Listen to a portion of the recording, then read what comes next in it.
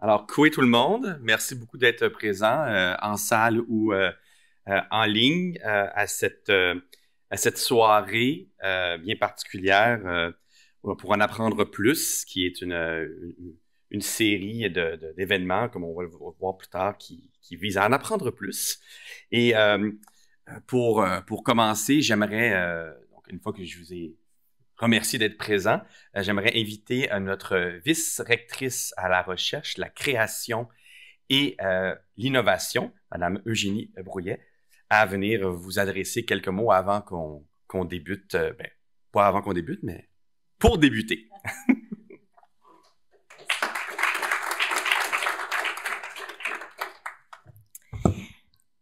Alors, merci beaucoup, Luc. Alors, chers collègues, chers participants, conférenciers et conférencières, chères étudiantes et étudiants, chers membres du public également, bonsoir. C'est vraiment un très, très grand plaisir pour moi d'être avec vous ce soir pour cette 5e édition des conférences pour en savoir plus. Alors, depuis 2019 que ça a été créé, ces conférences visent à rapprocher la science du grand public. Elles veulent mettre en lumière des enjeux très actuels dans une formule de panel, comme ce soir, qui favorise les discussions et les échanges plutôt spontanés. La conférence de ce soir est organisée donc conjointement par l'Université Laval, la chaire de leadership en enseignement sur l'engagement social, dont le titulaire est notre collègue ici, Luc Audebran, et également par la chaire publique Allier. La chaire Allier qui fête, je veux souligner, cette année, ses 25 ans de vulgarisation scientifique. Voilà les signaux ici. Et justement, je veux saluer Madame Mélina Seymour, ici à l'arrière, qui est la directrice de cette chaire-là, qui est portée par les étudiantes et les étudiants de 2e et 3e cycle de l'Université Laval. Alors, c'est une grande fierté que cette chaire allie à l'université. Alors, cette conférence s'inscrit aussi dans la programmation de la semaine U-Laval pour toujours, une semaine qui nous permet d'afficher fièrement notre appartenance universitaire. Alors, pourquoi avoir choisi de parler d'engagement social? D'abord, et je vous apprends rien, parce que ce thème est « On ne peut plus d'actualité ». On pense au déclin démographique et à la pénurie de main-d'œuvre, et ces enjeux nous poussent à repenser au temps qu'on consacre aux autres ou encore à une cause qui est plus grande que nous-mêmes. La plupart d'entre nous trouvons important de nous engager, de faire notre part. Comme membre du conseil d'administration de Centraide Québec-Chaudière-Appalaches, par exemple, je me rends bien compte que les besoins sont sans cesse grandissants.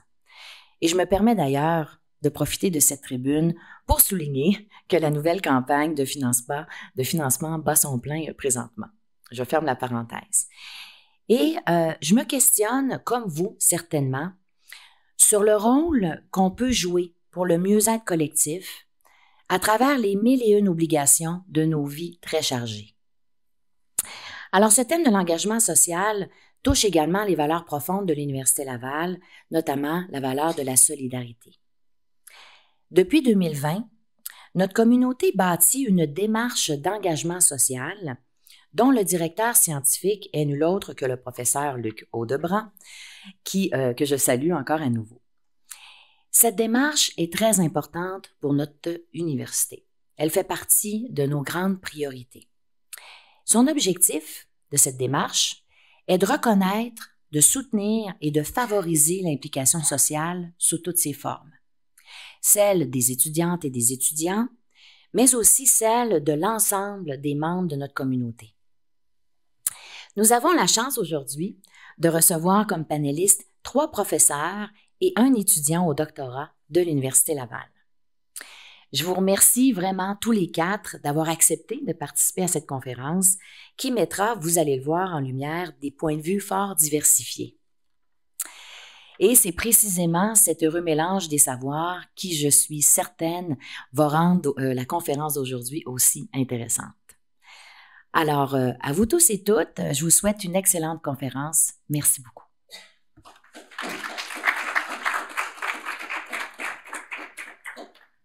Merci, Madame Brouillette.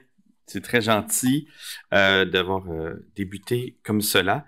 Je voudrais donc aussi en profiter pour remercier l'Institut Malais de faire de l'engagement social le sujet de cette conférence. J'ai le plaisir, le privilège d'être membre du comité scientifique de cette organisation qui vise le développement de la culture philosophique. Donc, je remercie l'Institut Malais. La vice-rectrice l'a mentionné un peu, le postulat de base ou l'idée de base de cette conférence, de ce panel, c'est en gros le constat qu'il y a des changements sociétaux importants, notamment la pénurie de main-d'œuvre, le déclin pas le déclin, mais le vieillissement, qui nous oblige à repenser un peu comment nous allons individuellement et collectivement nous faire en sorte de pouvoir favoriser le mieux-être collectif face aux enjeux auxquels nous sommes confrontés. Et c'est pour cela que nous avons décidé donc d'inviter des personnes à en discuter ensemble aujourd'hui. Et c'est un sujet qui, comme le disait la vice-rectrice, qui nous touche tous et toutes. Donc avant de commencer, j'aimerais, on veut souvent donner une définition. Nous, les chercheurs, on aime les définitions. Donc, j'aurais voulu donner une définition. Ce n'est pas la seule définition, mais une définition de l'engagement social qu'on utilise à la chaire de leadership en enseignement sur l'engagement social, qui est... Est-ce qu'elle apparaît, la définition? Ah, elle apparaît. Alors, qui est un ensemble de gestes volontaires et concrets par lequel une personne, un groupe ou une organisation consacre, entre autres choses, une partie de son temps, de son expertise, de son argent, de ses biens matériels ou de sa notoriété à une cause conforme à ses valeurs et aspirations, afin de contribuer au mieux-être de ses proches, d'une communauté spécifique ou plus généralement de l'humanité. C'est la définition qu'on s'est donnée à la chaire de leadership en enseignement que j'ai le plaisir de diriger. Évidemment, il y a d'autres définitions, on va le voir aujourd'hui. Il y a aussi cette idée de posture engagée qui est très importante. Et j'ai le plaisir justement d'avoir avec moi 4 personnes qui ont véritablement une posture engagée, je pourrais dire, dans leurs travaux, dans leurs recherches, dans leur présence au monde. Et c'est les 4 panélistes qui sont là avec moi aujourd'hui. Alors, j'aimerais prendre quelques instants pour les présenter un après l'autre avant de pouvoir discuter avec eux et avec elles. Donc, la première personne ici à ma droite, c'est Madame Geneviève Cloutier, qui est professeure agrégée à la Faculté d'aménagement, d'architecture, d'art et de design, spécialisée en aménagement du territoire. Elle est directrice du Centre de recherche en aménagement et en développement à l'Université Laval, dans lequel elle étudie notamment l'évolution des formes d'engagement et de la participation citoyenne. Dans ses recherches et son enseignement, elle s'intéresse à la participation citoyenne dans la planification, mais aussi aux expérimentations d'adaptation et de transition. À côté d'elle, il y a le professeur Dan Furukawa-Marquez, qui est professeur agrégé au département de sociologie de l'Université Laval et titulaire de la chaire de leadership en enseignement Alban d'Amour en sociologie de la coopération. Il est directeur de l'axe de recherche Territoire et milieu de vie du Centre de recherche sur les innovations sociales, le CRISE, et chercheur régulier de l'équipe de recherche sur l'inclusion et la gouvernance en Amérique latine. Ses travaux récents portent sur la construction de communautés coopératives, la subjectivité politique, la démocratie participative et l'économie solidaire. Ensuite, nous avons Madame Laura Monetta, qui est professeure titulaire au département de réadaptation de la Faculté de médecine. Elle est aussi chercheuse au Centre interdisciplinaire de recherche en réadaptation et intégration sociale, le CIRIS, orthophoniste clinicienne de formation. Elle s'est spécialisée dans la prise en charge des troubles acquis du langage. Elle mène également des projets de vulgarisation scientifique et de mobilisation des connaissances et participe à des programmes favorisant l'intégration et la participation sociale des personnes avec un handicap communicationnel. Le dernier, mais non le moindre, M. Michelot Jean-Claude, qui est étudiant au doctorat en communication publique à l'Université Laval, où il mène un projet de thèse sur la communication patrimoniale et la construction identitaire dans les pays du Sud. Son engagement citoyen s'inscrit notamment dans les domaines de la formation et de la communication sociale. Au cours des 10 dernières années, il a coordonné plusieurs projets à caractère socio-éducatif en rapport avec, entre autres, la diversité culturelle, la justice cognitive et la responsabilité sociale des universitaires. Ce sont tous des sujets qu'on va essayer d'aborder rapidement. On va essayer d'aborder aujourd'hui, même si on n'a pas énormément de temps. Ce sont tous de très beaux sujets. Donc, on va y aller question par question. On a des questions. On sait qu'il y a aussi des questions qui ont été posées par les personnes qui se sont inscrites. Donc, on va y aller rondement. Et je commence par ma première question à vous quatre pour débuter ce panel. Donc, dans votre champ d'expertise, quelle forme prend l'engagement social en ce moment? Donc, quand je dis le champ d'expertise, donc Geneviève, donc ça peut être l'aménagement du territoire, la participation citoyenne, pour Dan, la construction de communautés coopératives, pour Laura, l'intégration de la participation sociale des personnes avec un handicap communicationnel, ou Michelot, la justice cognitive, par exemple. Il y a tellement de choses. Je voulais juste spécifier quand on parle de votre champ d'expertise. Alors, je voulais savoir dans quelle forme prend l'engagement social, ou en d'autres termes, qu'est-ce qu'on raconte sur l'engagement social dans votre milieu? Donc, c'est vraiment la question d'introduction qui vous permet de mettre la table aux futures questions. Donc, on va y aller par ordre. Donc, nous, ce qu'on observe aussi en aménagement du territoire et développement régional, en urbanisme, dans les disciplines du projet, c'est que l'engagement se traduit notamment par une action encore plus directe qu'avant dans l'intervention sur les milieux. D'une part, il y a encore cet engagement, et j'ai envie de dire qu'il est croissant dans les dispositifs de participation publique, entre autres. Les citoyens sont plus nombreux à se proposer comme membres du conseil de quartier de leur quartier, à déposer des mémoires lorsqu'on les interpelle sur des sujets qui les touchent. Mais en plus de ça, ils s'engagent aussi pour collaborer, contribuer au verdissement de leurs ruelles, à la plantation de végétaux sur les saillies de trottoir, à la corvée de nettoyage des berges de la rivière près de chez eux. Et donc, ils ont un engagement qui se manifeste aussi par cette envie de prendre part active pour faire une différence assez visible dans leur milieu, sur leur milieu, et de monter des projets. Et de fil en aiguille, ce qu'on voit aussi, c'est que l'engagement, à partir d'une petite corvée, d'une démarche, donc qui peut prendre un temps relativement limité, si on veut, dans leur vie, ben, ils vont découvrir d'autres portes, d'autres possibilités de s'engager selon leur capacité justement à le faire, à donner du temps ou à entreprendre de grands projets. Comme je lance le bal, je vais m'arrêter ici, mais je ne sais pas dans quelle mesure je peux continuer, en fait. Garde les idées, on va faire le tour, mais je suis engagée, moi, alors je pourrais en dire encore. Elle est engagée dans la discussion. C'est ça. Merci beaucoup. Dan, oui? Bonsoir tout le monde. Merci beaucoup d'être présent, d'avoir bravé cette soirée pour venir ici. Je me demandais, est-ce qu'il va y avoir beaucoup de monde? 19h, mercredi soir, en plein milieu de la semaine. Mais oui, vous êtes là, puis c'est le fun de voir. Donc, merci d'être ici. Comme me disait Luc, moi, je suis sociologue. Et j'ai envie de dire que, pour commencer, puis j'improvise un peu, mais j'aurais pu répéter tout ce que Geneviève vient de dire. Moi aussi, je m'intéresse plutôt aux initiatives citoyennes, aux mouvements sociaux. Mais puisqu'elle a déjà dit ça, je vais y aller plutôt dans ma vision sociologue macro.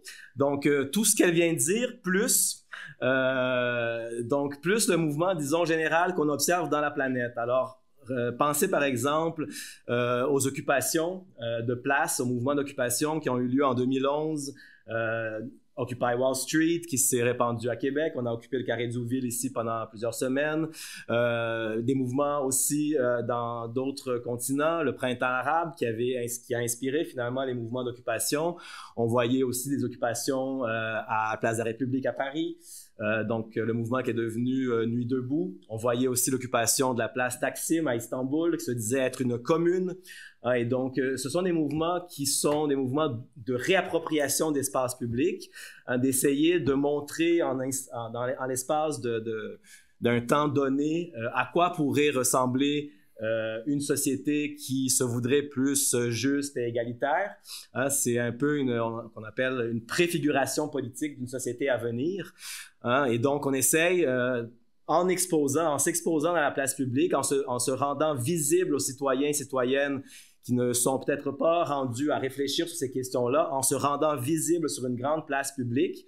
Hein, on essaye d'exprimer quelque chose, de passer un message qui, même si ça a été critiqué à l'époque, je me rappelle, mais ces gens-là, ils n'ont pas de revendications, qu'est-ce qu'ils veulent concrètement, ils n'ont rien à dire vraiment, ils font juste s'asseoir sur la place publique. Je pense qu'il faudrait regarder ces mouvements-là avec d'autres lunettes. C'est-à-dire que l'idée, c'est pas de rentrer dans le jeu actuel de la politique telle qu'on la connaît, mais plutôt de proposer des manières de faire société différentes. Et donc là, on est vraiment dans un engagement social, un engagement citoyen qui essaye d'imaginer, de sortir de notre imaginaire actuel pour aller imaginer une société autre que celle qu'on a. Et donc, évidemment, on va leur dire qu'ils sont utopistes, ils rêvent en couleur, etc. Mais si on regarde historiquement, tous les grands changements sociaux sont advenus de mouvements comme ceux-là, donc qui étaient à la base assez petits. Et donc, en fait, il n'y a aucun grand mouvement qui est venu de la grande majorité de la population. Au contraire, ça commence toujours par des petits groupes qui s'essaiment, qui portent fruit et qui deviennent des canaux de mobilisation de la population générale. Donc, je pense qu'on est peut-être à un point tournant, historiquement parlant, c'est-à-dire qu'on fait face à je vais peut-être être un peu pessimiste là-dessus, mais je pense que du côté environnement, on s'en va vraiment droit dans un mur et en regardant les actions qui se prennent par les gouvernements actuels, j'ai malheureusement peu d'espoir, mais j'ai aussi la conviction que justement, il faut regarder ces initiatives citoyennes-là, ces nouveaux types d'engagement social qui sont déjà en train de réfléchir à qu'est-ce qu'on peut mettre à la place d'institutions, de choses qu'on a aujourd'hui. Donc, je vais m'arrêter là, ça va lancer la discussion. ça c'est clair. Donc, je vous ai mis ensemble parce qu'il y a quand même un lien entre vous deux. Geneviève a mis d'abord l'accent sur le rapport, je dirais le rapport au territoire, c'est peut-être pas le bon terme.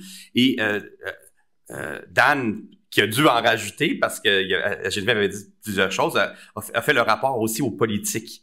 Il y a le rapport au territoire et aussi le rapport aux politiques puis alors quand même aux philosophiques. Mais on va passer maintenant à Laura qui va nous amener dans la même chose, mais aussi ailleurs.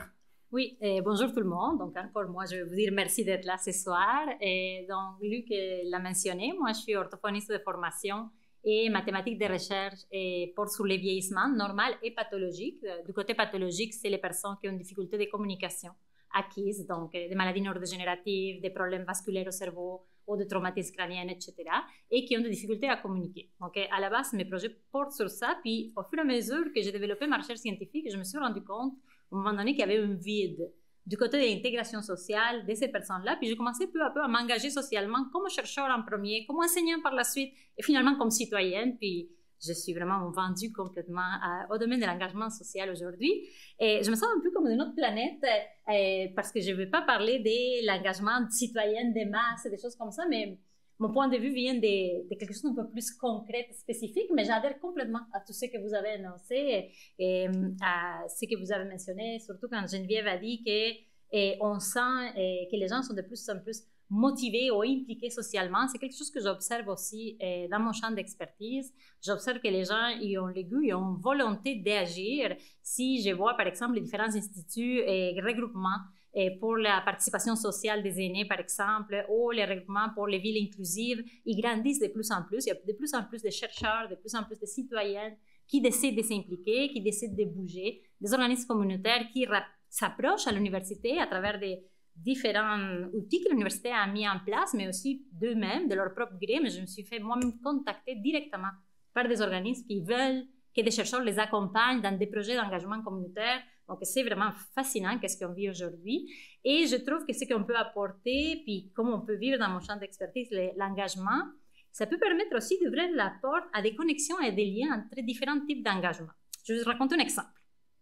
Donc, moi, parmi les projets que j'ai développés, il y a un projet que j'ai développé qui s'avait avec un groupe de collègues. Bien sûr, on n'est jamais tout seul. Hein, quand on fait ces choses, je dis je, mais on est plusieurs. Et, donc, qui s'appelle Accès. Accès, c'est un projet qui vise l'accessibilité des commerces de proximité pour les personnes qui ont des déficits de communication, pour qu'ils puissent avoir un accès équitable au commerce de proximité. Facile à dire, nous, si on veut aller prendre un café, on va aller, puis on va dire, je veux un café. Une personne qui a une difficulté de communication, c'est un enjeu majeur d'aller demander ou commander un café. Donc, on a mis en place ce projet. J'essaie de le faire vite. Moi aussi, je parle beaucoup et je m'engage beaucoup dans ce que je raconte. Et donc, j'essaie de faire vite. Mais donc, qu'est-ce qu'on a fait? On a mis en place des vidéos gratuites en ligne avec les associations. On a travaillé ensemble avec les associations communautaires, l'Université Laval, le Centre de recherche CIRIS. On a mis en place des vidéos, puis on a mis en place des changements qu'ils peuvent faire au niveau de leur environnement pour rendre leur commerce accessible. Donc, nous, on se disait, nous, on est très engagés, on fait ça. Mais là, si on le regarde de l'autre côté, le commerce que lui, il veut devenir accessible, mais lui aussi est engagé socialement. Parce que lui aussi, il doit se dire, mais moi aussi, je vais faire un pas en avant. Moi aussi, je vais demander à mes employés de suivre une formation gratuite pour être, moi, un commerce accessible, pour me permettre aux gens qui ont des difficultés de pouvoir commander puis venir à mon commerce. Puis plus on avance et plus on trouve des commerces engagés socialement, plus nous, on reçoit des appels des musées, des banques, on veut faire maintenant aller dans les pharmacies, etc. Puis on voit que les gens, ils veulent s'engager. Donc, on sent que ça ne vient pas seulement dans tout ce qui touche le vieillissement puis les personnes qui ont un handicap, ça ne vient pas seulement de l'expertise des gens qui travaillent avec les gens qui ont un handicap ou des communautaires qui travaillent là-dedans. Ça vient de tout le monde. Je pense que la société est prête puis a le goût de s'engager puis de faire un pas. Donc, moi, c'est ça que je sens beaucoup. Là. Je sens une motivation puis un goût d'aller concrètement vers l'engagement. Puis je sens que nous, on peut donner des outils, on peut aider en donnant notre expertise pour favoriser que d'autres gens s'engagent aussi à partir de leur optique et de leur point de vue. Comme ça. Moi aussi, je m'arrête ici, mais je pourrais aussi parler très longtemps. Là. Mes idées sont toujours très, très terre à terre, mais je veux aussi parler beaucoup de l'engagement, donc on reviendra. Mais merci. Pour faire un lien avec ce que tu disais, tu mentionnais que les organismes communautaires viennent voir les professeurs. On voit de plus en plus qu'il y a de plus en plus d'échanges entre le monde communautaire et l'université. C'est quelque chose que l'on veut tous et toutes à l'université, mais il faut trouver les moyens de le faire. Et notamment parmi ces moyens-là, on a notre boutique de savoir qui s'appelle Accès Savoir, qui est une boutique où des organismes communautaires qui ont des questions, qui ont des besoins de recherche peuvent, à travers cette boutique-là, aller voir, trouver des chercheurs parmi les milliers de chercheurs à l'Université Laval qui peuvent essayer de les aider. Donc, c'est un travail de tous les instants. C'est pas un travail naturel. Vous le faites clairement dans vos travaux, mais on doit miser encore plus sur cette boutique-là. Alors, donc, Michelot, à ton tour d'essayer de répondre à cette merveilleuse question. C'est une merveilleuse question. Merci beaucoup, Luc. C'est un plaisir de partager ce panel. Et un bon bonjour à chacun de vous. Et je salue ma collaboratrice, Mélina Seymour, la directrice de la chaire publique, puisque je fais partie également du comité de la chaire publique et également coordonnateur aux affaires internes de l'Allier. Et donc, c'est dire que on est dans tu es déjà engagé, si je comprends bien. On est dans un milieu d'engagement social et j'espère pouvoir rester dans la limite du temps qu'on a. Alors, je me rappelle par rapport à cette question, je me rappelle mes premiers moments sur le campus de l'Université Laval, et quand on arrive étudiant étranger et d'un pays tropical où il fait chaud sur toute l'année, et seul, avec très peu d'amis, très peu de connaissances, et sans revenus, on pourrait dire.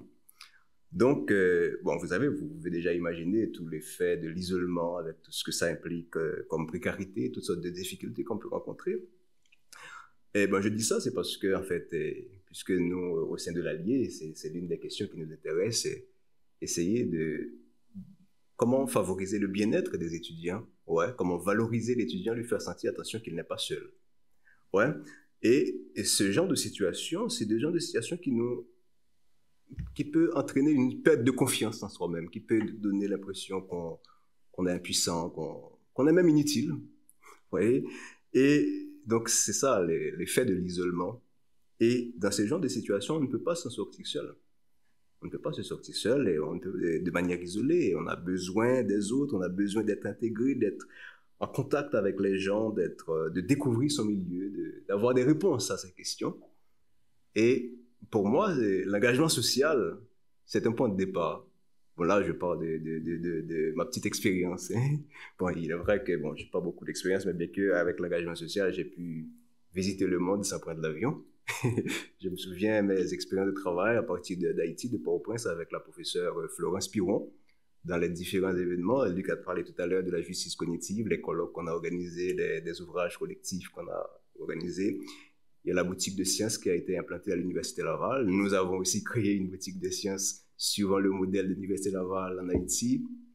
Et je me souviens de tous ces travaux qu'on a fait pour aider c'est près de plusieurs milliers d'élèves, d'enfants qui ont eu des difficultés à écrire, des difficultés en matière d'écriture. Donc, mobiliser la communauté étudiante pour aller accompagner ces élèves-là. Donc, c'est pour dire que les genres de situations que vivent les étudiants, on a tendance à critiquer la société. Ouais, on a tendance à critiquer les autres qui ne nous offrent rien. Ouais, mais pour moi, à partir de l'engagement social, c'est une invitation à penser de manière inverse. Ouais, à nous dire attention, hein. Premièrement, on prend conscience qu'on ne peut pas se sortir. On ne peut pas sortir seul. Mais j'ai mentionné tout à l'heure la question de la confiance en soi, l'impression qu'on a l'impression qu'on ne nous voit pas, qu'on n'existe pas. Mais attention, mais cette communauté a besoin de nous. Ouais. Donc, cette communauté dont nous avons besoin a besoin de nous aussi. Et j'ai là en tête cette interview que j'ai eue récemment à Cheese, Radio Cheese, puisque j'anime une émission, ça fait beaucoup d'engagement, hein. J'anime une émission avec Mélina, c'est moi qui est là, et Jeunes et Aînés Solidaires. On a accueilli récemment une invitée, une aînée de plus de 75 ans. Et j'ai pris le temps d'observer tout le bonheur qui dégage de sa voix quand il nous parle de son jumelage avec une jeune aînée. Le jumelage consiste essentiellement en des appels téléphoniques hebdomadaires où il s'appelle, il se parle de tout. Mais j'ai pu voir tout le bonheur qu'elle ressent, voyez. Donc, quelque part, en aidant les autres, on s'aide soi-même. Et je reviens à la définition que Luc a donnée tout à l'heure de l'engagement social, se mettre au service d'une cause. Mais en se mettant au service d'une cause, on s'aide, on brise l'isolement, on apprend à découvrir son milieu, mais on aide le monde, sa communauté, mais on s'aide soi-même. Et c'est à partir de là que ça prend. Donc, moi, j'ai eu beaucoup d'expériences de ce genre, et c'est sans doute la raison pour laquelle, lorsque j'ai été admis au doctorat à l'Université Laval, j'ai pu obtenir cette bourse de leadership qu'on appelle citoyen du monde, hein, donc avec le volet engagement. Donc, c'est beaucoup de choses à dire, mais je vais m'arrêter là tout de suite. mais c'est très intéressant parce que tu t'es revenu sur la définition de l'engagement. Puis quand on pense à l'engagement, on pense souvent à je donne à autre. Et dans ton témoignage, on reçoit aussi. Donc c'est vraiment quelque chose qui est bidirectionnel et c'est pas unidirectionnel, l'engagement social. Donc je pense que c'est très important d'avoir apporté ce point-là. J'aimerais vous poser une autre question et là vous pouvez y répondre dans l'ordre que vous voulez. Puis c'est une question intéressante parce que c'est avec Gabriel ici qui travaille avec nous, c'est la question qui a été la plus posée par les gens en s'inscrivant avaient le droit de poser des questions et c'est la question pas forcément dite comme moi je le mentionne, mais qui a été la plus posée et je crois que ça reflète une inquiétude de la part de plusieurs personnes en lien avec le futur de l'engagement social. Et la question, c'est, nous sommes dans une société fortement individualisée. On parle ici en Occident, disons en Occident pour ne pas globaliser tout ça. Et on ne peut gager sur une modification de cette tendance à court terme. Et donc, la question qui se pose, c'est comment tenir compte de cela, de notre réalité, d'individus très individualisés dans la promotion de l'engagement social de demain. Si on se projette dans le futur, mais comment on peut faire à partir de ce constat-là, qu'on est dans des sociétés très individualisées, comment on peut utiliser ça pour pouvoir faire la promotion de l'engagement social? C'est la question qui était la plus posée par les gens. Est-ce que quelqu'un veut se lancer dans à répondre à cette question très, très philosophique? Ben, si vous voulez, je vais y aller. Ben, vas-y. Moi, j'aimerais lier cette question à la question de vivre. Hein. C'est-à-dire, c'est sortir de l'individualisme, c'est apprendre à vivre. Bon, quand je dis apprendre à vivre, ça peut paraître simple, mais ça me fait penser immédiatement à ce livre de Jean-Jacques Rousseau que nous avons tous connu, hein, où dans son livre L'Émile, l'éducateur, il dit que vivre, c'est le métier que je vais apprendre à mon élève. C'est-à-dire que vivre, c'est comme... Ah oui, on m'a dit de parler un peu plus fort, je ne sais pas si... Oui, donc vivre, c'est le métier qu'il veut apprendre à son élève. Donc vivre, c'est un métier. Bon, la question, c'est ce que nous avons appris à vivre. Hein. Et donc, puisque là, nous sommes tous pris en otage par les exigences de la vie quotidienne, hein, bon, pas besoin de prendre des exemples, on a très peu de temps et je pense aussi qu'il y a une séparation entre les lieux de formation, l'école, l'université et la société, et qui fait que quand généralement on parle d'engagement social dans nos milieux, mais les gens disent attention, mais je n'ai pas de temps pour faire de l'engagement social. Et donc, c'est-à-dire que ces mêmes personnes, ils sont sur les réseaux sociaux, ils ont une communauté. Donc, c'est-à-dire que, et si l'engagement social, c'était une façon de vivre, c'est-à-dire, parce que là, nous sommes dans un contexte où diverses cultures sont appelées à cohabiter, alors que les discriminations, les préjugés, les racismes persistent. Donc, il y a beaucoup de causes. Hein? Dans nos vies quotidiennes, les personnes âgées sont encore une place importante dans nos communautés, mais très souvent, on pense qu'ils ne servent plus à rien. Et ça me rappelle encore, nous sommes contraints à vivre des situations comme l'isolement, la précarité économique, etc. Donc, ce qui fait que on risque d'avoir une communauté sans but, sans joie, je pourrais dire. Hein. Et c'est pourquoi je pense que à cette réflexion de Florence Piron, justement, je pense que c'est une interview que la chaire, et désolé, j'ai toujours du mal à... La chaire de l'enseignement, je parle de votre chaire, que j'ai oublié. Oui, chaire de leadership en enseignement sur l'engagement social. Désolé. Donc, je parle justement, je fais référence à cette réflexion de Florence Piron dans ce rapport que vous avez publié sur l'engagement social du corps professoral à l'Université Laval, où elle dit, et je cite textuellement, « Je ne fais aucune distinction entre ma vie professionnelle et ma vie privée. Tout est lié. » Vous voyez, donc ça, c'est pour la question des personnes qui pensent, attention, on n'a pas de temps pour faire de l'engagement social, mais tout est lié parce que l'engagement social est pour moi un rapport au monde qui se manifeste dans toutes les sphères de ma vie. C'est une façon de vivre, le sens que je donne à ma vie et à mon travail. Et bon, un peu plus tard dans mes prochaines interventions, je parlerai comment moi j'essaie de voir ça dans mes travaux de recherche, et puisque bon, j'ai l'habitude d'enseigner aussi. Donc, comment on peut concevoir l'engagement social comme un mode de vie. C'est pas quelque chose qu'on va faire par rapport à ce qu'on fait. Donc, je vais laisser mon travail pour aller faire de l'engagement social, mais dans ce que je fais au quotidien, ouais, donc je fais de l'engagement social, c'est une posture. Donc, la militance, si on peut le dire comme ça, fait partie de toutes les sphères de notre vie, et c'est comme ça que je le comprends. Et c'est à partir de là, parce que je pense pas que la personne qui a une posture individualiste, il choisit d'ignorer sa communauté, mais je pense que c'est parce qu'elle est prise en otage, comme je l'ai dit, par mille et une choses, on n'a pas le temps, etc. Mais dans tout ce qu'on fait au quotidien, mais comment je peux en profiter, lier ça à une cause, hein, si on peut l'appeler comme ça. Je ne sais pas si j'ai parlé trop. Ouais. C'est bien. Lara? Oui, je vais renchérir dans ce que tu dis parce que ta vision de l'engagement social rejoint pas mal mon idée de l'engagement social aussi. Et c'est drôle parce que tu disais comme un mode de vie, et moi, dans ma tête, quand je pense à l'engagement social, moi, je me dis, ce sont les lunettes que je décide de porter le matin quand je me lève. Pour moi, c'est mon regard face à la société. Donc, quand je vis engagée socialement, comme tu le disais aussi, dans toutes les sphères de ma vie. C'est soit que des fois, je peux faire partie du comité des parents à l'école ou qu'à l'intérieur de mon travail, à partir de mon expertise clinique ou de mon expertise en recherche, je peux faire un changement. Je peux m'engager socialement quand je donne un cours.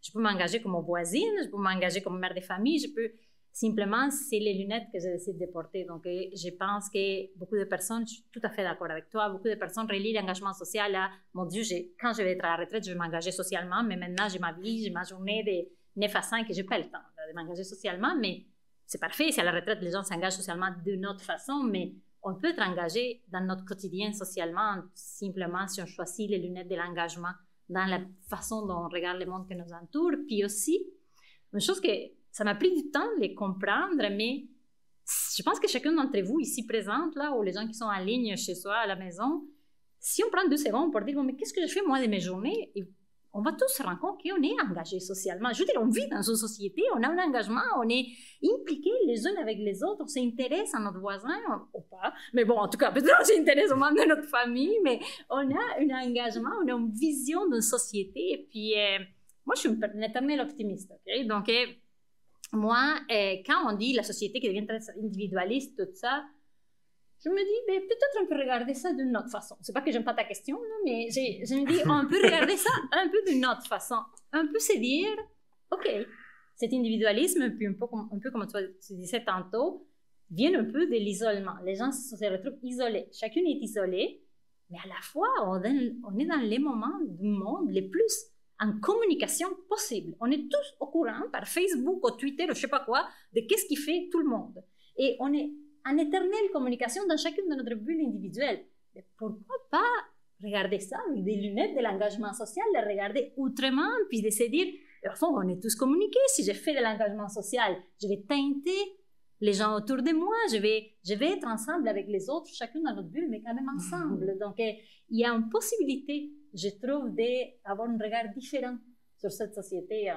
Je sais que tantôt tu avais dit que tu apportais des réflexions, puis je suis d'accord avec toi, puis je pense qu'il faut penser ça profondément, mais je pense aussi qu'on peut nuancer, puis se dire, il y a peut-être quelque chose qu'on laisse de côté, puis qu'on ne valorise pas assez, ou on ne met pas assez de l'avant dans cette possibilité qu'on a de tous communiquer, et cette opportunité qu'on a de changer le monde autour de nous, simplement en choisissant de porter certains types de lunettes. Donc, c'est un peu comme ça que moi, je répondrai à ta question. C'est bon. Avant de laisser la parole à Geneviève qui voulait parler, je suis assez d'accord avec ce que tu dis, Laura, parce que j'ai écrit un cours sur l'engagement social que j'ai donné pendant quelques années. Puis maintenant, ben, c'est Catherine Montour qui est ici, qui donne ce cours sur l'engagement social. Il y a 48 personnes qui suivent le cours et la plupart des personnes se disaient moi, je suis pas engagée socialement. Puis lorsqu'elle commence, ce que disait Catherine, lorsqu'elle commence à gratter, qu'elle pose des questions, on se rend compte que les personnes sont engagées, sont pas engagés de la même façon que nous, engagés de différentes façons, ont une posture, adoptent une posture ou mettent des lunettes, comme tu le disais. Donc, je suis d'accord que j'aime bien que tu aies retourné ma question. Geneviève, tu voulais... Vas-y. Merci. Oui, je suis contente aussi que tu l'aies présenté comme ça, Laura. Je suis d'accord avec toi qu'il faut qu'on change un peu, non seulement on mette nos lunettes comme personne, mais aussi comme chercheur. Il y a un intérêt à justement mettre d'autres lunettes pour envisager les formes d'engagement dans leur pluralité. Ouais. Et Michelot en parlait aussi, on peut être dans une communauté sur la toile, donc une communauté virtuelle. Ça, c'est sûr. J'ai l'impression qu'il faut justement essayer de trouver, d'identifier les différentes formes de l'engagement, et qui sont ces formes quand même induites par notre société. Notre société de consommation, notre société d'injonction, notre société qui va vite et qui fait en sorte que justement ça façonne aussi nos formes d'engagement. Donc c'est un peu les deux mouvements. Il y a différentes façons de s'engager, mais aussi pour vivre, pour fonctionner, on trouve des manières de s'engager qui sont différentes de celles qu'on connaissait avant. Plutôt que la grande messe, plutôt que l'appartenance à un mouvement, un syndicat, un parti, on intègre notre engagement dans le quotidien, dans notre mode de vie, dans nos façons de faire, dans nos façons de consommer. Donc, je suis végétarienne, donc je m'engage par rapport à la cause animale, par exemple, ou par rapport à des enjeux alimentaires. Je suis préoccupée aussi par l'équité entre les acteurs de ma société. Alors, je vais consommer localement. Et puis ça, donc, ça paraît pas nécessairement, effectivement, et probablement que les étudiants le font sans nécessairement se dire qu'ils sont engagés. Mais de fait, ils trouvent une communauté par des groupes Facebook, par toutes sortes de groupes d'achat qui ne côtoient pas dans leur quotidien, mais qui forment de fait une communauté qui peut même dépasser les frontières. Donc, on peut s'engager dans notre quotidien, dans notre consommation locale, mais être branché complètement avec des gens qui font la même chose à Mexico, à Hanoï et où encore. Donc ça, c'est à la fois fascinant et en même temps un peu troublant. Puis en même temps, ce que j'ai envie de souligner aussi, c'est que je pense qu'il faut en prendre acte, le fait que cet engagement-là se fragmente, on pourrait le dire comme ça, ou s'individualise. C'est aussi une conséquence, il me semble, justement, de plusieurs manques dans notre système, dans les investissements publics, par exemple, qui manquent pour faire plus de place à la verdure dans nos villes, par exemple, à s'assurer que nos berges et nos coteaux, justement, je le disais tout à l'heure, sont propres. Donc, on va s'engager, nous, pour combler ce manque-là. Et au départ, ça se fait à une échelle plus individuelle. Mais là où je suis aussi assez optimiste, c'est que la communauté virtuelle, souvent, elle va pas suffire. Et on va avoir envie, à un moment donné, de rencontrer des gens, comme on le fait ce soir ensemble aussi, même si c'est formidable qu'on soit aussi avec vous à la maison, là, par les modes virtuels. Mais justement, la possibilité de se rencontrer, d'échanger de manière plus ou moins formelle, ça crée encore plus de liens et ça, c'est multiplicateur. Donc, moi, je suis aussi d'accord que l'engagement change dans une société qui s'individualise, qui est encore plus individualisée qu'avant. Il y a des formes nouvelles d'engagement, mais il faut aussi peut-être rester vigilant pour justement éviter d'avoir une multiplicité de formes d'engagement qui auraient besoin souvent de se retrouver pour avoir un effet multiplicateur. D'accord, ben je vais fermer le bal de cette question. Encore une fois, peut-être avec un portrait un peu plus macro, mais certes, on est dans une société individualiste, je dirais qui est beaucoup plus fort qu'individualisée. Hein, c'est vraiment une société individualiste, c'est-à-dire qui repose beaucoup sur les performances individuelles, la compétition entre individus, etc. Qui aussi, on constate aujourd'hui, est dans une phase de polarisation sociale assez préoccupante. Regardez toutes les élections qu'il y a eu dernièrement, Mélanie en Italie, la Suède qui a voté pour la première fois pour un parti d'extrême droite en concertation avec, en fait, qui s'auto-déclarait néo-nazi jusqu'à très récemment.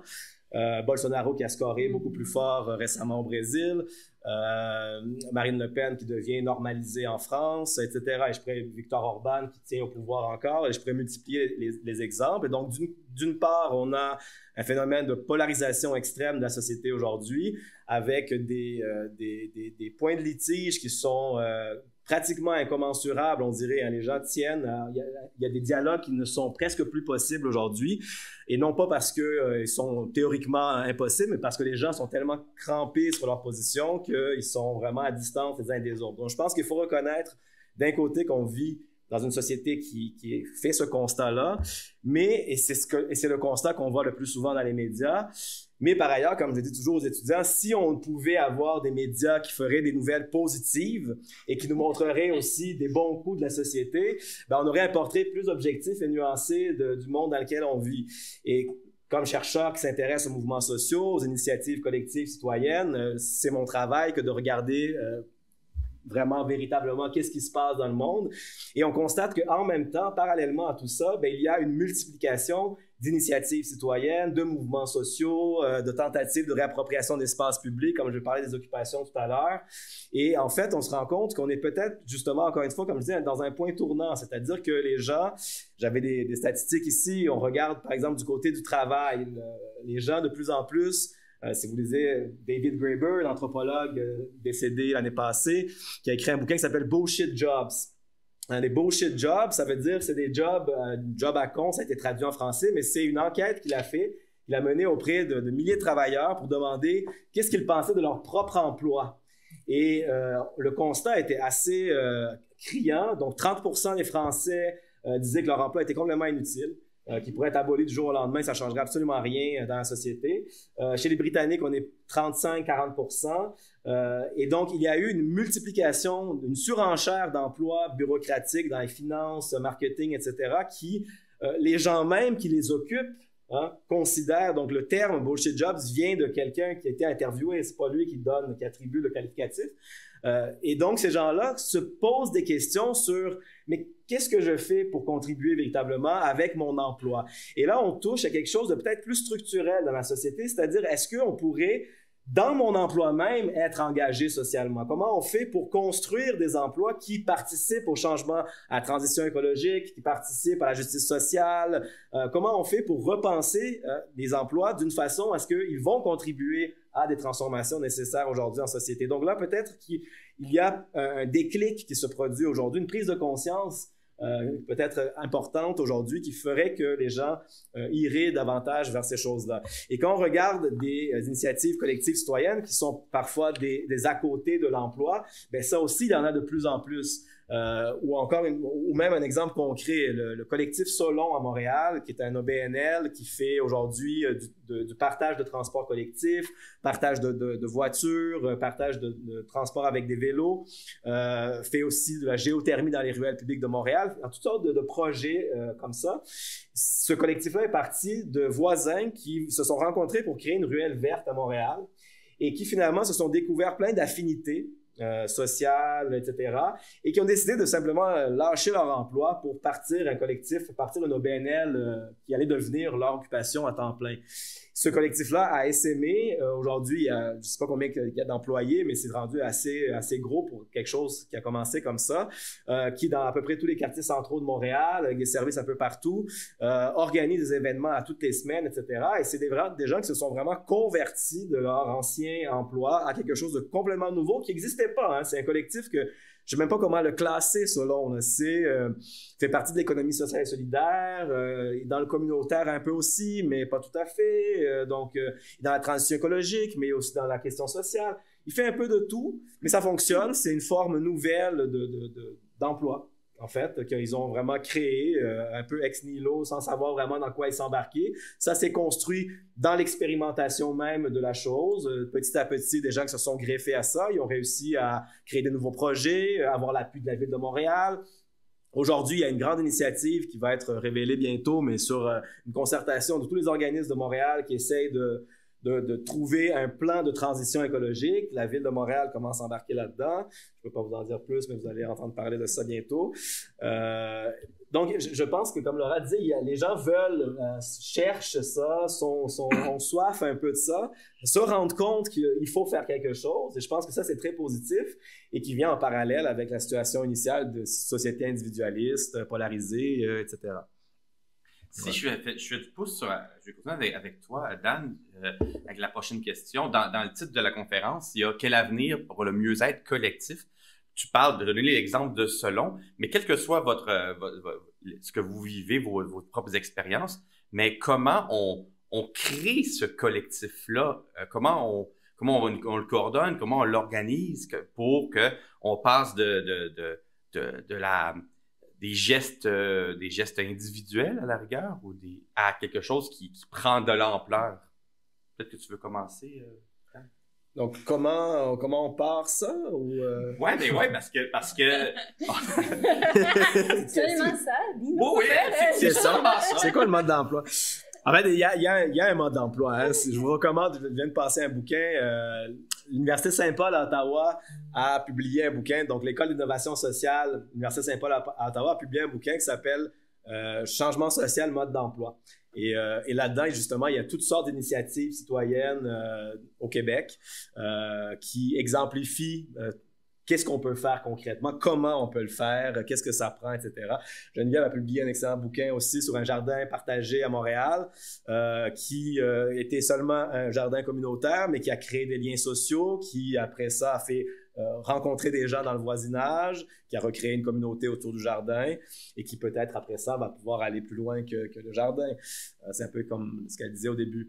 Et donc, je pense qu'il n'y a pas... à la fois, le mode d'emploi, c'était un peu provocateur pour le titre du bouquin parce que je pense que justement, il n'y a pas vraiment de mode d'emploi. C'est-à-dire que, comme je disais, Solon, ils ne savaient pas du tout où ils s'en allaient quand ils ont décidé de créer ça. Il y avait quelques idées de projets, mais si on regarde aujourd'hui ce qu'ils sont puis ce que c'était au départ, ben, c'est quelque chose de complètement différent. Et c'est tant mieux parce que c'est par l'expérimentation, c'est en essayant de faire des choses que finalement, on se rend compte en le faisant que, il y a d'autres choses qu'on pourrait ajouter, on pourrait aller dans telle autre direction, etc. Et je pense que ça, parfois, on a évidemment peur de se lancer un peu dans le vide. C'est très vertigineux, justement, que de laisser notre emploi, etc. Mais en même temps, je pense que très bientôt, on n'aura pas le choix. Ça va être un peu... ça va nous tomber un peu du ciel, ne serait-ce que par les changements climatiques, etc. Donc, je pense qu'on va devoir faire face à cette réalité-là, de se repenser comme société, de repenser les façons de faire, tôt ou tard. Donc, je pense que ça va passer par l'expérimentation. Geneviève, veux-tu raconter ton expérimentation, toi? C'est pas la mienne, c'est celle des formidables jardiniers du Carré Casgrain, mais peut-être juste pour rebondir, je dirais que le collectif, ça part souvent d'acquaintances, hein? C'est assez organique, donc justement, c'est difficile, je pense qu'on peut le faire, contrôler la création d'un collectif, mais il y a des processus de va-et-vient entre justement les accointances interpersonnelles, la confiance aussi qu'on peut faire la différence soi-même, qui peut aussi être partagée par d'autres. Et ça, c'est suffisant pour faire de l'accointance, de la complicité. On n'a pas besoin de s'entendre sur nos films préférés, notre livre préféré, notre place préférée. Peut-être la place, là, en ce qui me concerne, il y a quelque chose là, mais le fait justement de s'intéresser à un endroit au bout de notre rue, il y a un terrain en friche, puis ça nous énerve, ça fait des années qu'on le voit, il est en friche, il y a personne qui fait rien. Puis là, on passe devant depuis 5 ans parce qu'on se dit, c'est pas de mes affaires. Mais à un moment donné, on ose en parler à notre voisin, puis lui, il dit, ouais, moi aussi, ça m'énerve, puis je réalise que c'est un peu plate, puis que je trouve qu'on devrait faire quelque chose. On partage déjà un intérêt, une accointance, pourrait-on dire, pour faire quelque chose. Et si on s'engageait, on est juste 2. Moi, je connais quelqu'un qui en sait un peu sur le droit urbanistique. Peut-être qu'on pourrait savoir de quel droit, justement, on dispose pour faire avancer cette réflexion-là. Et on mobilise comme ça une série de personnes qui créent notre petit collectif et éventuellement peuvent nous aider non seulement à, justement, définir c'est quoi notre projet, définir ce qu'on veut en faire, ce qu'on veut proposer, mais aussi nous aider à cibler notre niveau d'engagement.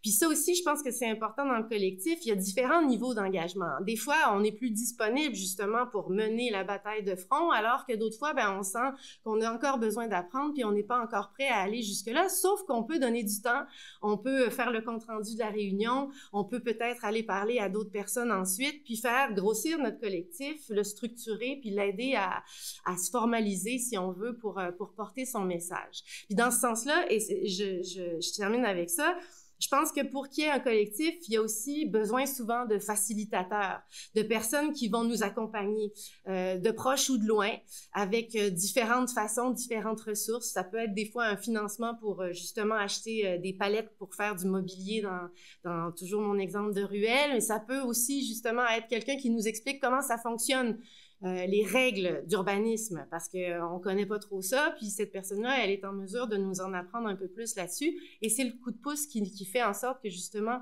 l'engagement va pouvoir un peu croître et se prolonger dans le temps. Super intéressant. Je n'ai pas énormément de choses à ajouter sur cette question, mais je vais simplement ajouter une réflexion qui m'est venue quand vous avez parlé du mot collectif. Moi, et puis bon, je pense qu'on le sent beaucoup dans la vie universitaire, dans la modernité, dans la vie qu'on mène, on est habitué à la compétition. Hein? On a l'impression puis des fois c'est vrai, qu'on est en compétition les uns pour les autres, pour un poste, pour un emploi, pour quelque chose. On est en compétition depuis qu'on est tout petit. Et moi, ce qui vient toujours me chercher quand on parle d'engagement social, c'est que là, on n'est plus en compétition. C'est pas je suis plus engagé que toi ou je fais plus de développement social que toi. Là, quand on parle d'engagement social, on est en collaboration. Donc, il y a quelque chose qui vient de changer dans notre monde. Même en coopération. Et même en coopération. Merci, c'est le fun d'avoir des sociologues à table. OK. C'est le nom de ma chaire. C'est bon. Je peux dire collaboration aussi, mais beaucoup. coopération. Donc, on est en coopération. Puis, je trouve que ça vient comme tout changer d'un coup, là. Simplement de se sentir qu'on n'est plus en compétition, qu'à un moment donné, dans cette société dans laquelle on vit, on n'a pas à être meilleur que l'autre, on a à être ensemble avec l'autre pour faire quelque chose de meilleur pour tous. Et je trouve que c'est seulement ça. Donc, quand tu dis de quoi ce collectif doit avoir l'air, de quoi c'est, qu'est-ce qu'on vise avec ça? Moi, ça vient me chercher de ce côté-là. On vise une coopération. On vise à laisser de côté cette dogme, je sais pas, c'est pas le bon mot, je m'excuse les sociologues, mais c'est ce truc avec lequel on est né, puis qu'on est dedans dans la société, puis qu'on a grandi avec ça pour se dire, l'engagement nous mène ensemble vers quelque part. Puis, moi, c'est vraiment ça qui m'a fait penser. Et en fait, c'est très vrai ce que tu dis, parce que les exemples, que ce soit Solon, que ce soit le jardin communautaire, ce sont des exemples où on a défié, justement, le paradigme dominant, la façon de faire. Et à chaque fois que Dan t'en parle d'une façon, parce que mais la manière dont tu en parles, ça nous montre que c'est quelque chose qui va encore à l'encontre du paradigme dominant. Et donc, c'est encore exceptionnel d'arriver à ça, même si c'est ça à quoi aspirent la plupart des gens que vous connaissez, que nous connaissons. Mais encore, pour l'instant, il y a encore des gens qui ne peuvent pas le faire et d'autres réussissent. Donc, ma question sur le collectif, c'est qu'est-ce qui fait en sorte qu'il y a cette étincelle-là qui fait que le Solon ou le jardin communautaire va fonctionner alors que d'autres initiatives que je pourrais avoir va faire patate, pour utiliser une expression consacrée, désolé. Bon, oui, il par veut rapport à la racheter quelque question, chose. justement, quel avenir pour le mieux-être collectif? Bon, moi-même, je m'intéresse au collectif. Je vais en parler, mais ça ne veut pas dire que ça ne veut pas dire qu'on minimise l'importance des actions individuelles. Par exemple, si je prends le cas des récentes statistiques au Canada qui montrent que les gens effectuent près de 2 milliards d'heures de bénévolat par année. Donc, ça équivaut à 1 million d'emplois à temps plein. Donc, quand on sait que beaucoup d'organisations, surtout les entreprises à but non lucratif, ils ont très souvent peu de moyens pour engager du personnel. Donc, c'est pas rien. Et c'est même encouragé. Mais par rapport justement au bien-être collectif, j'associe cette question à une remise en question même de la réalité que nous vivons. Et ça veut dire quoi, par exemple? Est-ce qu'il existe d'autres formes, d'autres modes de vie à côté de ce que j'ai? Est-ce qu'il y a d'autres savoirs? Est-ce qu'il y a d'autres cultures à côté de ce que moi je connais, à côté de la mienne? Et comment on peut cohabiter malgré tout? Donc c'est là qu'il faut poser ces questions et ça nous invite à questionner justement la question même de l'enseignement. Ouais. Et c'est pourquoi moi j'encourage toujours un enseignement engagé, c'est-à-dire une autre manière de faire. Parce que c'est la question, est-ce que nous avons réussi à produire des connaissances capables de nous donner une bonne compréhension de la réalité? Si on a été... Bon, je ne suis pas en train de juger nos systèmes d'enseignement, mais j'ai posé, est-ce que la formation que nous avons reçue nous ont permis de comprendre, attention, hein, et est-ce que ça ne nous a pas mis une erreur, hein? On regarde dans une seule direction, il n'y a pas d'autre façon de faire, hein? En dehors de la compétition entre nous, il n'y a pas d'autre forme de vie possible. Et ça me fait penser à, même, je suis très content qu'on ait un sociologue sur la table, et là, je pense rapidement au paradigme même de la complexité chez Garmois, qui parle de la cécité de nos modes de connaissance. Nous avons des modes de connaissance, et il dit que ce n'est pas seulement notre ignorance qui nous aveugle, mais aussi notre connaissance, c'est-à-dire les savoirs que nous considérons, et la manière dont nous apprenons à interpréter la réalité, à comprendre la réalité, mais ne nous permet pas de voir tout ce qui existe en dehors de ce que nous faisons quotidiennement. Et je pense que c'est là qu'il faut aller je ne sais pas quelle forme ça va prendre dans la réalité, mais le fait de commencer par mettre l'accent sur cette nécessité de voir les choses autrement, de faire en sorte que les gens, ils savent, attention, hein, ce que je fais là, il y a d'autres formes d'action qui sont possibles. J'ai choisi cette forme de vie, je suis dans cette culture, etc., etc. Mais il y a d'autres formes, il y a d'autres manières de faire. Et je pense que c'est là qu'il faut partir. Et cette remise en question va sans doute initier des actions qu'on ne peut pas, et que je ne peux pas dire, bon, voilà, ce qu'il faut faire, donner un mode d'emploi. Mais, et c'est là, et par exemple, il y a des actions individuelles qui ont donné des résultats assez probants. Je pense par exemple à ce chercheur, de latino-américain, je ne me souviens pas de son origine, Orlando Fassborda, fondateur de la recherche-action participative. Il s'est rendu aux États-Unis, après sa formation aux États-Unis, il s'est rendu compte que les cadres théoriques n'avaient aucune pertinence pour la Colombie. Ouais, il vient de la Colombie. C'était des modèles basés sur des réalités sans aucun rapport avec ce qu'il connaît dans son pays. Ben là, il a inventé la recherche-action comme moyen de faire une recherche adaptée aux réalités locales. Mais de nos jours, dans le monde entier, on parle de recherche-action. C'est un courant qui de jour en jour a prendre forme. Donc, quelque part, une action individuelle, on ne peut pas savoir ce que ça peut donner dans le temps, dépendamment du niveau d'effort que ça exige. J'ai pris également l'exemple de la boutique des sciences de l'Université Laval. Mais écoutez, il existe actuellement de dizaines des boutiques de sciences dans plusieurs dizaines de pays, dont en Haïti et aussi plusieurs pays en Afrique.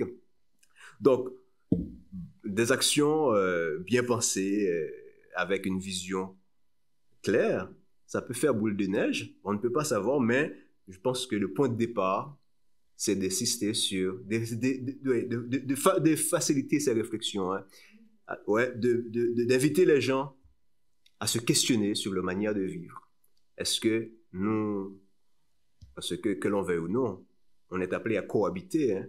Là, ici, je suis dans cette salle, mais je vois une diversité de visages. C'est autant de cultures, autant de manières de vivre, autant de visions du monde qui sont appelées à cohabiter. Est-ce qu'on peut continuer à ignorer, à voir les choses d'une seule façon? Donc, quelque part, cette orientation vers le collectif est importante, mais il faut commencer par nous questionner sur d'abord notre manière de voir le monde. Et je pense que ça peut partir de l'enseignement engagé, comme je l'ai dit au départ. Merci. Tu avais levé ton doigt, Dan, pour rebondir sur ce que disait Ichlo. En fait, plus pour rebondir sur ta question, parce que tu demandais qu'est-ce qui fait en sorte que certaines initiatives fonctionnent, d'autres non.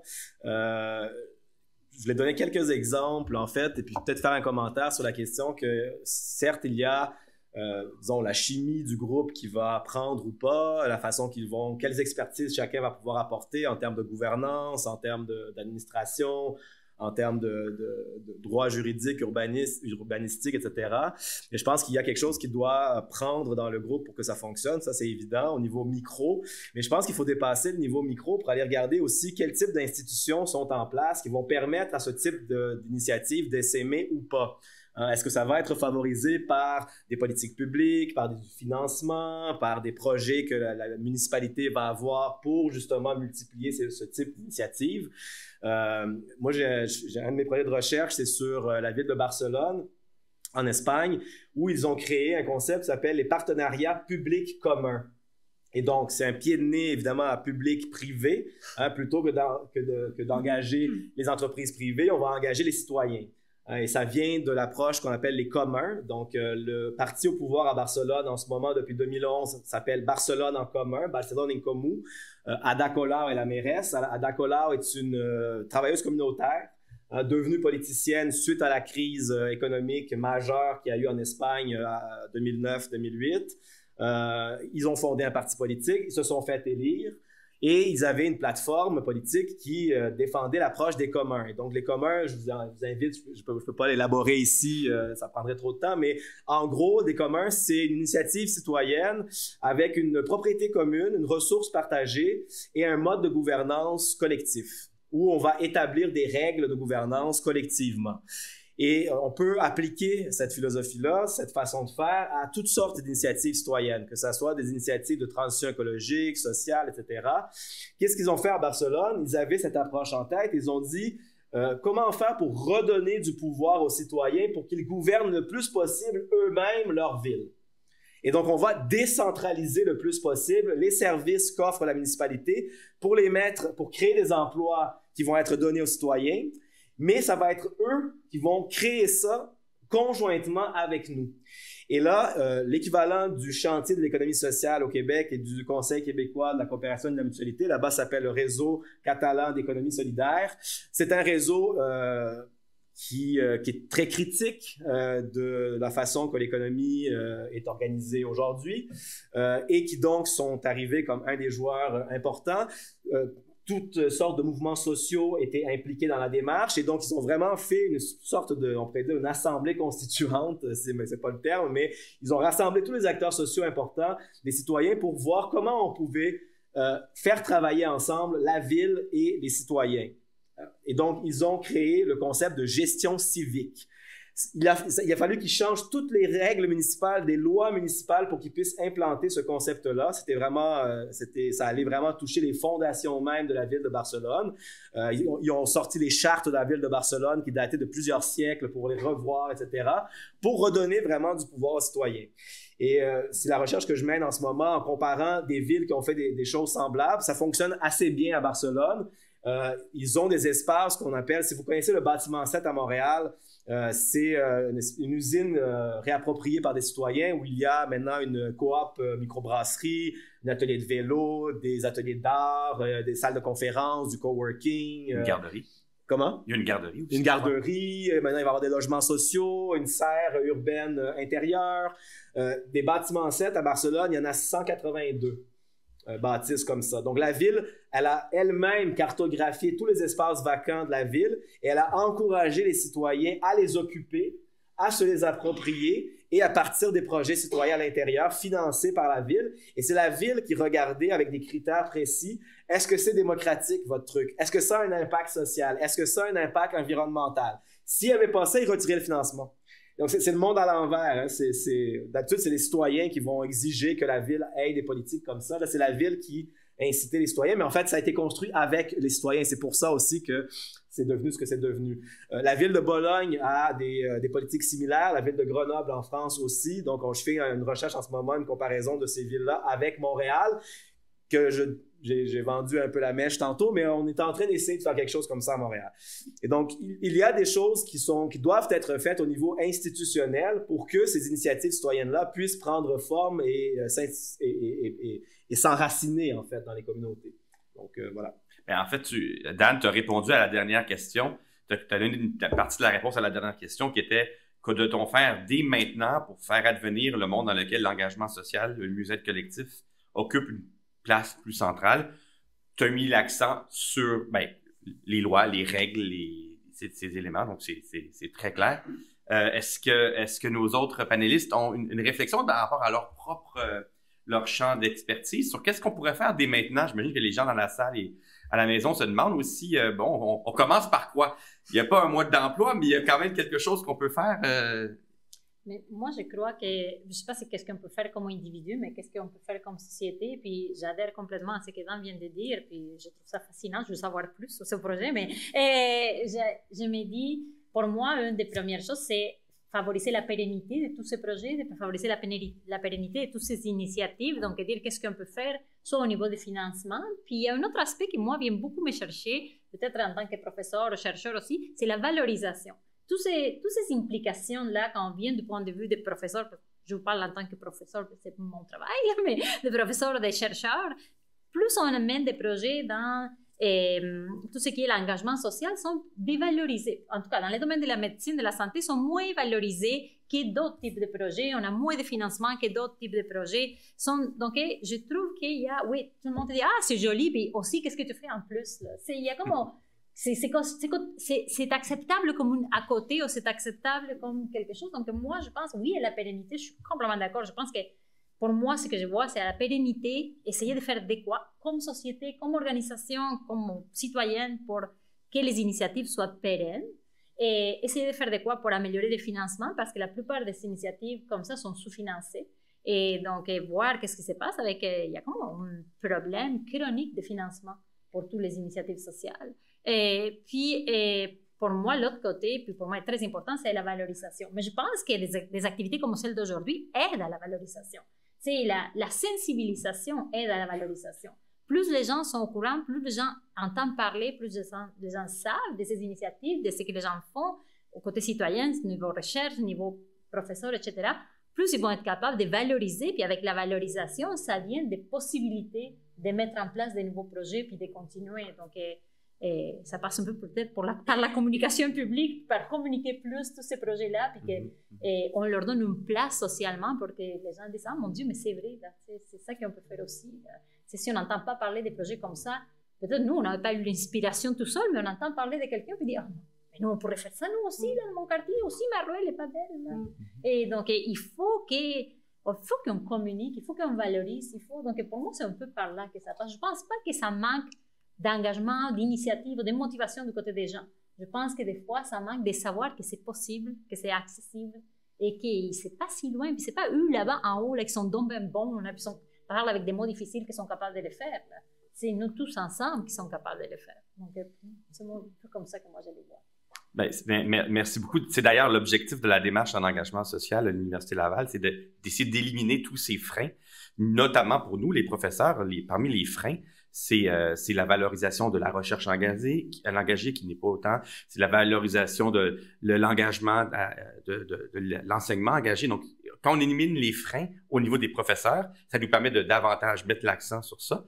Et c'est pareil dans le reste de la société, j'imagine.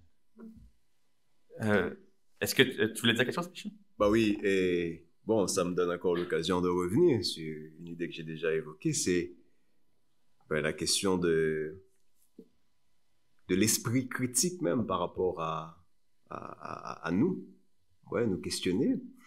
Et donc pour moi, c'est une forme d'engagement social, commencer à nous questionner, et je suis d'accord avec, je partage très bien ton idée là-dessus. Il faut montrer les modèles, il faut faire voir ce qu'on ne voit pas. Je ne sais pas, très souvent, nous sommes dans la société de l'information, on a l'impression de tout savoir, mais très souvent, on se rend compte que, mais généralement, il y a beaucoup de modèles, il y a beaucoup d'autres visions, d'autres façons de voir qu'on ignore. Donc, quelque part, et c'est justement, ça rejoint l'une des thématiques qui m'intéresse le plus, la justice cognitive. C'est-à-dire mettre fin à cette pratique de marginalisation des formes de savoir, des formes de culture, des manières d'agir qui sont différents d'une autre. Donc, on a l'impression que tout ce qui est différent de ce que je connais, de ce que je sais, de ce que je pratique, c'est du folklore, de la superstition, ou quelque chose à mettre de côté. Donc, moi, je pense que cette promotion de la cohabitation des différentes formes d'action, c'est un point de départ. Et je reviens encore à la nécessité de l'engagement et de l'enseignement engagé. Et il faut, à mon avis, que cette séparation, mais je dirais, cette séparation entre l'université et la société, il faudrait qu'on y repense, comme si nous, à l'université, on serait dans un tour d'ivoire découpé de la réalité, et comme si on pense, mais écoutez, ceux qui ne sont pas à l'université, ceux qui sont la population autochtone, ceux qui ne sont pas, donc ils n'ont pas grand-chose à dire, on n'a pas à prendre en compte leur réalité, ceux qui le savent, donc ils n'ont rien à dire, donc nous sommes là, c'est nous, et les maîtres non, je pense que ce lien entre l'université et la société, aller vers la société, et valoriser cette branche de la mission de l'université, c'est cette question de service à la communauté, et on a un modèle assez intéressant à l'Université Laval, la boutique des sciences, Accès Savoir, et j'ai moi-même participé à ce projet, et j'ai même participé comme bénévole dans plusieurs projets d'Accès Savoir. Bon, ne me demandez pas combien de temps que je consacre par jour à autant d'activités, mais donc il y a quelque part une occasion pour nous de découvrir d'autres réalités. Moi j'insiste beaucoup là-dessus dans mes différentes interventions. Écoutez, on ne sait pas tout.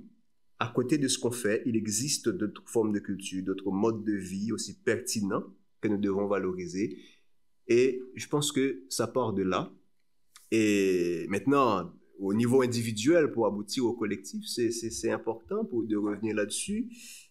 Et là encore, permettez que je revienne à Florence Piron, qui est d'ailleurs l'une des chefs de file de ce concept, qui a beaucoup travaillé sur ce concept de justice cognitive, qui a à un moment dit que, ben, écoutez, la recherche pour moi n'a pas de sens si elle ne permet pas de changer le monde.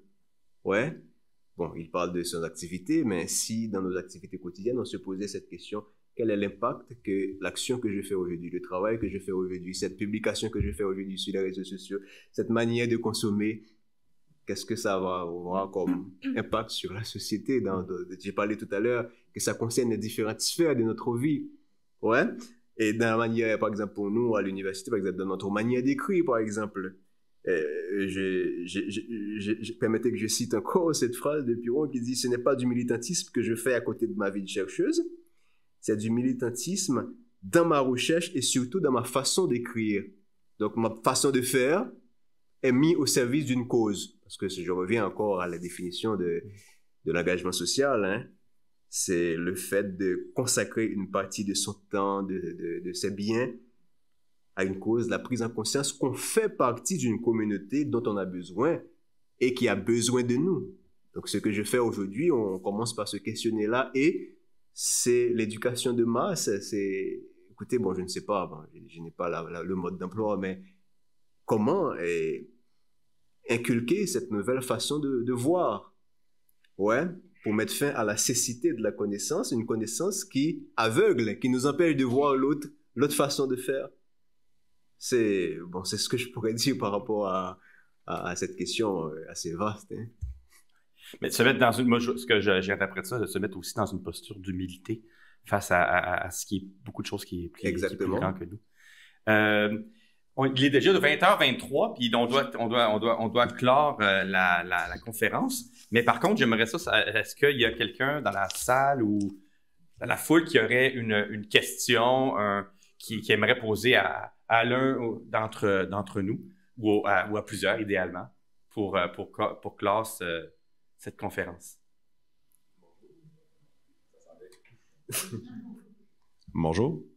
Alors, moi, j'ai posé une question. En fait, il y a eu plusieurs questions du public, évidemment. On a eu là, un pic d'environ 80 quelques personnes de plus là, en ligne à distance. Donc, on remercie les gens à la maison de s'être connectés pour suivre l'intéressante et impressionnante conférence de nos panélistes. Il y a eu plusieurs thématiques, évidemment, qui sont revenues dans les questions. Donc là, on essaie de faire une synthèse un peu de tout ça. Alors, la première question qui a préoccupé quand même plusieurs personnes, j'ai l'impression, là, c'est, je l'ai lu comme suit, hein, donc je pense que c'est un agrégat de questions pour vraiment avoir là, la meilleure manière possible de le réfléchir. Et donc, je pense que tout le monde, par rapport à ce que vous avez dit précédemment, va avoir un petit commentaire, j'ai l'impression. Donc, quel est selon vous le rôle d'un employeur à l'égard de l'engagement social et comment conjuguer le tout avec sa mission d'employeur qui, généralement, peut se résumer à une mission de rentabilité pour une entreprise privée? Comment est-ce qu'on conjugue les deux? Merci. Belle question. Dans les questions, qui veut se lancer? Donc, si je comprends bien, c'est quel rôle peuvent jouer les entreprises, les employeurs publics, privés, sans but lucratif pour favoriser l'engagement de leurs employés, si je comprends bien. Je pense que Dan y en avait parlé un petit peu tantôt quand il a dit est-ce qu'il va y avoir des emplois qui vont favoriser un peu plus l'engagement social. Donc, il avait déjà amorcé un peu cette idée-là. Je pense que ce n'est pas une question qui est facile à répondre. Ce n'est pas nous qui allons dire aux employeurs qu'on va faire. Je pense que par contre, un employeur, comme n'importe quelle personne dans la société, peut être lui-même un acteur de changement en lien avec l'engagement social.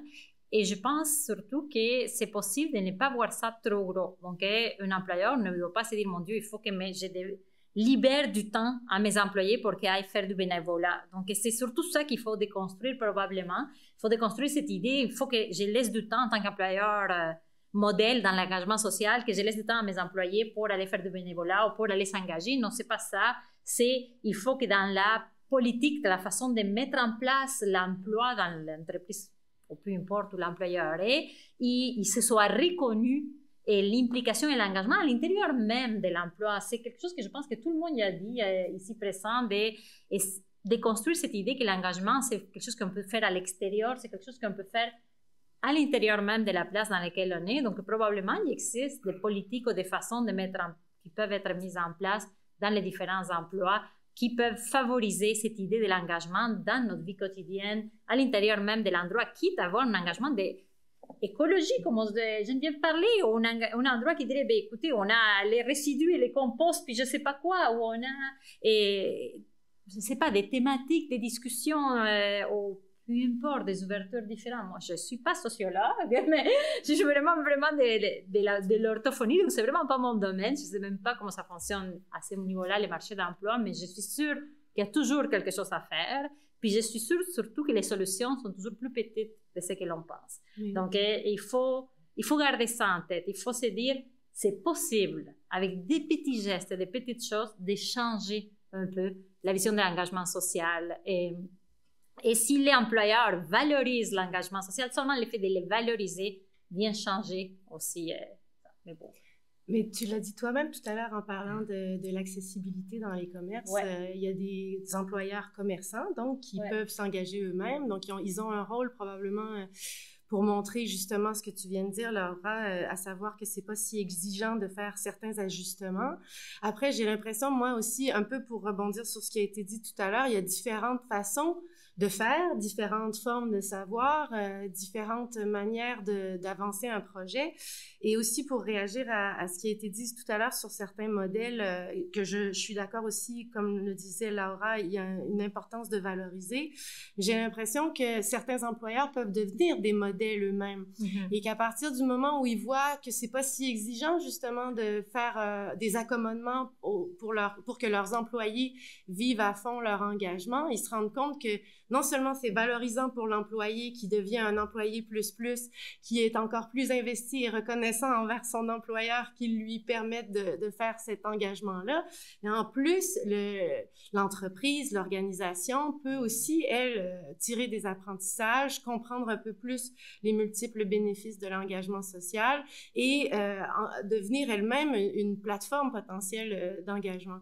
Juste parce que je n'ai pas répondu à la question précédente, je vole une minute de plus pour dire qu'il y a des super modèles, effectivement, pour ce qui est des communs à grande échelle comme Barcelone, comme Montréal, et puis à chaque fois, c'est porté habituellement par des engagements citoyens, des maires qui étaient d'abord des citoyens engagés et ou des employés engagés qui ont fait de la place pour ces nouvelles idées.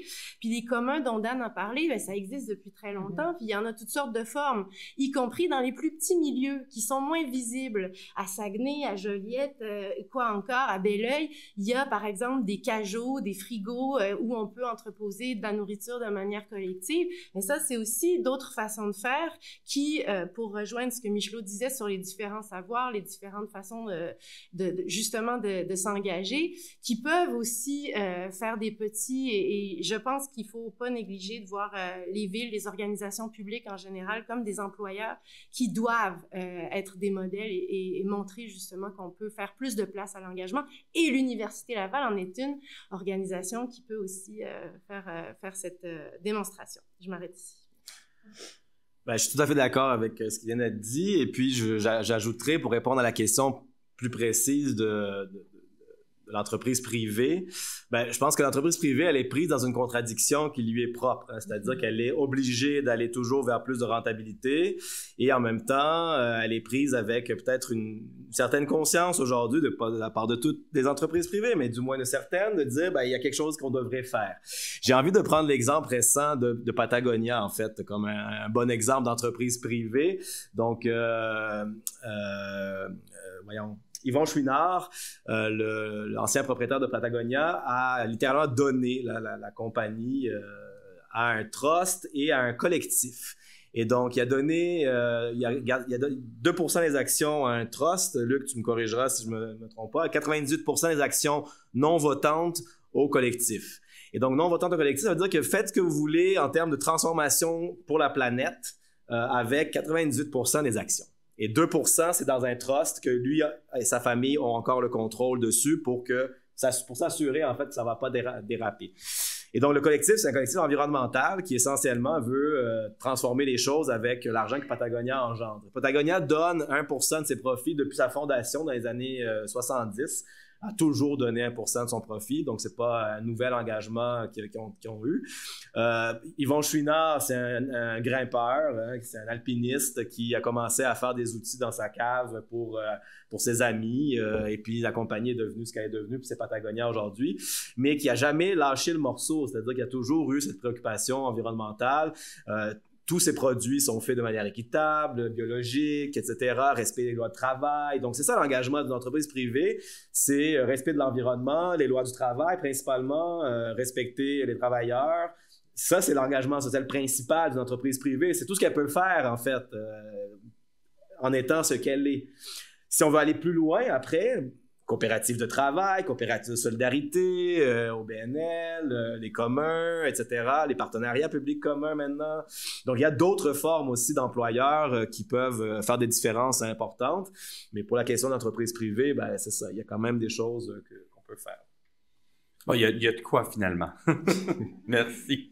Là, j'ai reçu un regard me disant qu'il fallait que je conclue notre soirée. Donc, premièrement, je voudrais remercier les 4 panélistes qui ont été là avec nous. Donc, je vous remercie beaucoup d'avoir accepté de vous prêter au jeu des questions sur l'engagement social. Donc, merci beaucoup.